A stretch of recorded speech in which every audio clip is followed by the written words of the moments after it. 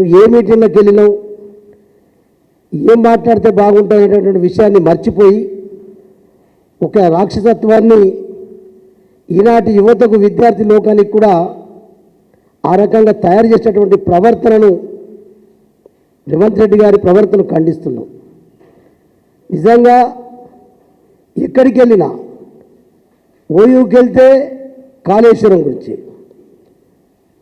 ఉద్యోగస్తులకు ఉద్యోగాలు ఇచ్చామని చెప్పి మేము ఇచ్చినటువంటి ఉద్యోగాల్ని కేవలం ఉద్యోగ పత్రాలు ఇచ్చి కూడా అక్కడ కూడా కేసీఆర్ గురించి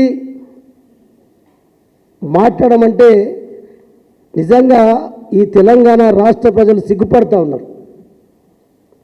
ఎందుకంటే ఇంత నీచమైనటువంటి ముఖ్యమంత్రిని నీచమైనటువంటి మాట్లాడడం వల్ల రాష్ట్రం యొక్క పరువు ప్రతిష్ట దెబ్బతింటుందని కూడా చెప్పి చాలా మేధావి వర్గం కావచ్చు, విద్యార్థి లోకం కావచ్చు, యావత్ తెలంగాణ సమాజం కూడా సిగ్గుతో తలవంచుకుంటున్నారు.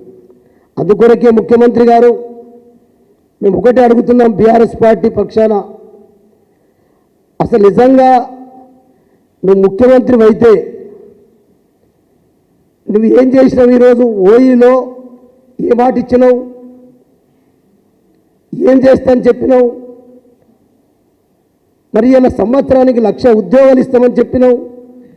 ఆఖరికి కేసీఆర్ గారి హయాంలో కట్టినటువంటి భవనాలకే నువ్వు రిబ్బన్లు కట్టేస్తున్నావు తప్ప అసలు నువ్వు ఓయూలో ఏమైనా ఇప్పటి వరకు ఒక నయా పైసా శాంక్షన్ చేసినట్టు దాఖలాలు ఉన్నాయా?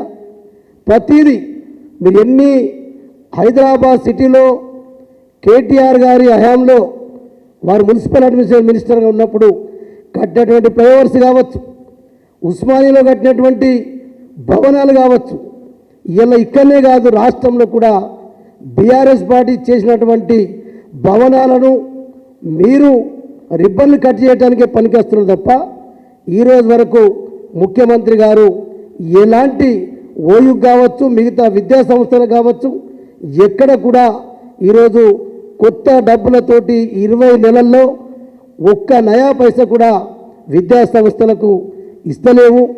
యువకులకు ఏదైతే ఇలా స్కాలర్షిప్ల విషయంలో కూడా ఎప్పటి నుంచో పెండింగ్ ఉన్నాయి. ఈరోజు వరకు కనీసం ఆ స్కాలర్షిప్ల విషయంలో కావచ్చు, ఓవర్సీస్ అయితే ఎస్సీ ఎస్టీ బీసీ మైనార్టీ విద్యార్థులకు కూడా ఓవర్సీస్ స్కాలర్షిప్ లేక పాపం అక్కడ వాళ్ళు పూర్తి చేసుకొని కూడా మరి విదేశాల నుంచి రావాలంటే కూడా సర్టిఫికెట్ దొరికినటువంటి పరిస్థితి ఉంది.